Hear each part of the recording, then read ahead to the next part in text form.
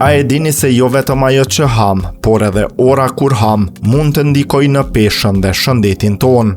Studimet tregojnë se ora biologjike e trupit ose ritmi cirkadian ndikon në mënyrën se si organizmi përpunon ushqimin.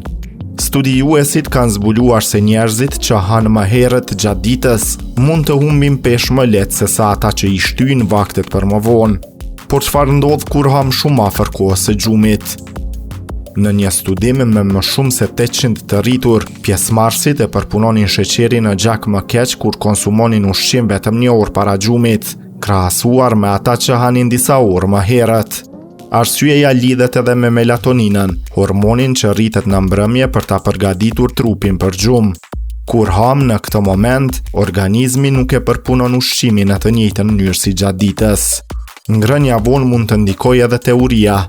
Studimet kanë treguar se njerëzit që hanë më vonë mund të ndihen më të uritur ditën tjetër dhe të kenë ndryshime në hormonet që kontrollojnë ngopjen. Pra, duhet ta heqim darkën. Jo, çështja kryesore është koha. Ekspertët rekomandojnë që vaktet më të mëdha të konsumohen më herët gjatë ditës, ndërsa darka të jetë më e lehtë dhe të hahet të paktën rreth 3 orë para gjumit. Në vend që të hamë rënd në orët e vona të natës, mund të zgjedhim ushqime më të lehta dhe të pasura me proteina. Pra herën tjetër që mendoni të hani një vakt të rënd para se të flini, ndoshta ia vlen ta mendoni edhe orën, jo vetëm ushqimin.